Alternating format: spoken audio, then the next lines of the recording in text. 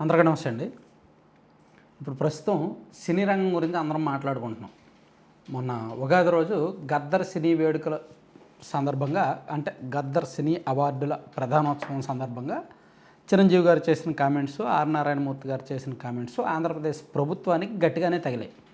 So దీంతో అసలు వాళ్ళలా అనడం ఏంటి, వాళ్ళు హైదరాబాద్లో స్టూడియోలు కట్టారు, హైదరాబాద్లో షూటింగ్లు చేస్తారు, తెలంగాణకి పరిమితం అయిపోయారు, వాళ్ళు ఆంధ్రప్రదేశ్ గురించి అడగడం అంటే అసలు వాళ్ళకి అవార్డులు ఇవ్వడం అవసరమా అనే టాక్ కూడా వచ్చింది. దానికి జనం కూడా యాక్సెప్ట్ చేశారు. నిజమే, ఎస్.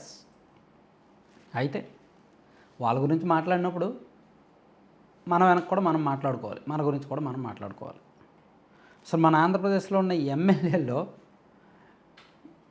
ఎంతమందికి శాశ్వత నివాసాలు వాళ్ళ నియోజకవర్గాల్లో లేదా వాళ్ళ జిల్లాల్లో ఉన్నాయి? అసలు ఎంతమంది వ్యాపారాలు ఇక్కడ ఉన్నాయి? వ్యాపార అవకాశాలు ఇక్కడ లేవు. ఓకే, హైదరాబాద్తో పోలిస్తే మన రాష్ట్రంలో ఎక్కడా వ్యాపార అవకాశాలు లేవు అనుకుందాం. కాబట్టి వాళ్ళు హైదరాబాద్లో వ్యాపారం చేసుకుంటున్నారు అనుకుందాం. అయితే నివాసం ఎన్ని రోజులు అక్కడ ఉంటున్నారు, ఎన్ని రోజులు ఇక్కడ ఉంటున్నారు, అది మేము మాట్లాడాల్సిన అంశం. రాష్ట్రం విభజన జరిగి 12 ఏళ్ళు అవుతుంది. వ్యాపారాలన్నీ అక్కడే, ట్యాక్సులు కట్టేది అక్కడే, ట్రాన్సాక్షన్స్ జరిగేది అక్కడే. సో నాకు తెలిసి 175 మంది ఎమ్మెల్యేల్లో సుమారుగా 130 మంది ఎమ్మెల్యేలకు 100 కోట్ల విలువైన ఆస్తులు హైదరాబాద్లో ఉన్నాయి, హైదరాబాద్ చుట్టుపక్కల ఉన్నాయి. సుమారుగా ఒక 70 మంది ఎమ్మెల్యేలు హైదరాబాద్ చుట్టుపక్కల real estate business, construction and real estate బిజినెస్సే చేస్తున్నారు. ఎక్కువగా వెంచర్లు వేయడం, అమ్మడం, అదే ఎక్కువ మంది చేస్తున్నారు. సో వాళ్ళ పరిస్థితి అంటే ఎమ్మెల్యేల పరిస్థితి అలా ఉంది. వీళ్ళందరూ ఊరుకుంటారా? వారంలో 3 రోజులు ఖచ్చితంగా అక్కడికే వెళ్తారు. ఈవెన్ అసెంబ్లీ సెషన్స్ జరుగుతున్నప్పుడు కూడా 4 రోజులు అసెంబ్లీకి వెళ్ళి 3 రోజులు అటు వెళ్ళిపోతారనమాట. ఇది ఎమ్మెల్యేల పరిస్థితి. ఇక ఐఏఎస్లు, ఐపీఎస్ల పరిస్థితి కూడా అంతే. ఏ ఒక్క ఐఏఎస్ కూడా వీకెండ్ వస్తే ఉండరు, ఆ జిల్లాలో ఉండరు, వాళ్ళ క్యాంప్ ఆఫీస్లో ఉండరు. శనివారం, ఆదివారం మన రాష్ట్రంలో పనిచేస్తున్న ఐఏఎస్లో 90% మంది హైదరాబాద్ వెళ్ళిపోతారు లేదా బెంగళూరు వెళ్ళిపోతారు. శనివారం, ఆదివారం ఈ 2 రోజులు దొరకరు అనమాట. జిల్లాల్లో పనిచేస్తున్న కలెక్టర్లు కూడా జిల్లాల్లో క్యాంప్ ఆఫీసుల్లో దొరకరు, హెచ్ఓడీలు కూడా దొరకరు. వీళ్ళు కూడా అక్కడ రకరకాల వ్యాపారాలు, వ్యవహారాలు అన్నీ ఉంటాయి. సో ఇప్పుడు అట్లీస్ట్ ఫస్ట్ ఫేజ్లో ఐఏఎస్లో, ఐపీఎస్లో శాశ్వత, ఇప్పుడు వాళ్ళు ఏపీ క్యాడర్ అవుతుంది, ఏపీ క్యాడర్లోనే ఉన్నారు, ఆంధ్రప్రదేశ్లోనే శాశ్వతం వాళ్ళు రిటైర్ అయ్యే వరకు పనిచేయాల్సి ఉంటుంది. మహా అయితే సెంట్రల్కి ఏమైనా డిప్యుటేషన్ మీద వెళ్తారు ఒక 5 ఏళ్ళు. సో అలాంటప్పుడు ఇక్కడే శాశ్వత నివాసం ఉండొచ్చు కదా. ఎమ్మెల్యేలు అంటే వ్యాపార అవకాశాలు ఇక్కడ పెరగడానికి టైం పడుతుంది. నిజానికి ఆ రియల్ ఎస్టేట్ వ్యాపారం మీద ఇక్కడే చేయొచ్చు. కొంతమంది రియల్ ఎస్టేట్లో ఆరితేరారు. కొంతమంది ఎమ్మెల్యేలకి ఇప్పుడు చిత్తూరు అండ్ అనంతపురం జిల్లాల్లో ఉన్న ఎమ్మెల్యేలకు ఎక్కువగా బెంగళూరులో ఉన్నాయి రియల్ ఎస్టేట్ వ్యాపారాలు. మిగిలిన వాళ్ళకి చాలామందికి గోదావరి జిల్లాల వాళ్ళకి అండ్ ఇటు కృష్ణా, గుంటూరు ఈ జిల్లాలు వీళ్ళందరికీ కూడా హైదరాబాద్ చుట్టుపక్కల ఉన్నాయి వ్యాపారాలు, ఆస్తులు.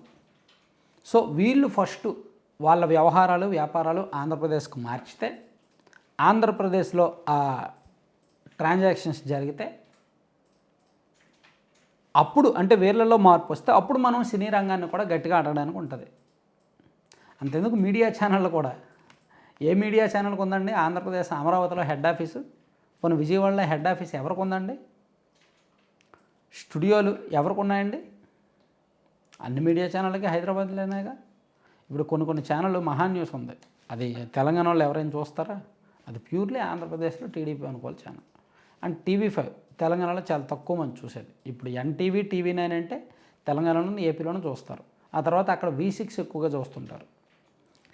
సో ఆంధ్రప్రదేశ్కి వచ్చేసరికి TV5, ABN, ఈటీవీ, మహా న్యూస్, ఇక సాక్షిని అంటే సెపరేట్, ఆ వర్గం వేరు, ఆ కేటగిరీ వేరులే. కానీ సో చూస్తున్నప్పుడు వాళ్ళు మరి ఆంధ్రప్రదేశ్లో ఎందుకు పూర్తి స్థాయి స్టూడియోలు కట్టకూడదు? అక్కడ ఎంత హైలీ ఎక్విప్మెంట్స్తో మెయింటైన్ చేస్తున్నారో ఇక్కడ ఎందుకు అలా మెయింటైన్ చేయకూడదు? చేయలేరు. ఎందుకంటే ఆ ఎక్విప్మెంట్స్, ఆ స్టూడియో కాస్ట్ అంతా మినిమం 5 కోట్లు అవుద్ది. మళ్ళీ ఇక్కడ 5 కోట్లు ఖర్చు పెట్టి ఎవరు కడతారు? కట్టలేరు. కాబట్టి అక్కడ పెట్టేశాం కాబట్టి ఇంకా మార్చలేము అనేటట్టు ఉంటారు. కొన్ని మార్చకపోతే లేదు. అంత భారీ ఎత్తున కాకపోయినా ఎక్కడైనా ఒక సిస్టమ్ క్రియేట్ చేసి, ఒక ఆఫీస్ క్రియేట్ చేసి ఎక్కడైనా ఉంచొచ్చుగా, స్థిర నివాసంలాగా. ఇదిగో ఏదైనా ఏ టీవీ ఛానల్ మీరు చూడండి, హెడ్ ఆఫీసు హైదరాబాద్ అడ్రస్సే వస్తుంది. అట్లీస్ట్ అమరావతిలో ఆంధ్రప్రదేశ్కి సంబంధించిన ఆఫీస్ ఆంధ్రప్రదేశ్లో ఉంది, అమరావతిలో ఉంది, లేదా విజయవాడ గుంటూరులో ఉందని చెప్పి ఏ ఒక్కరైనా అడ్రస్ పెడతారా? పెట్టరు. అంటే ఎవరికి కూడా వ్యాపారాలు అవి అన్నీ అక్కడే కావాలి, ఓన్లీ రాజకీయాలు మాత్రమే ఇక్కడ కావాలి. అలాగే సినిమాల వాళ్ళకు కూడా సినిమాలు, షూటింగ్లు, వ్యాపారాలు, వ్యవహారాలు అక్కడే కావాలి, ఆస్తులు అక్కడే కొనాలి, అవార్డులు మాత్రం ఇక్కడ కూడా కావాలి. సో మరి దీన్ని ఏమంటారు? ఫస్ట్ మారాల్సింది ఎవరు? Thank you.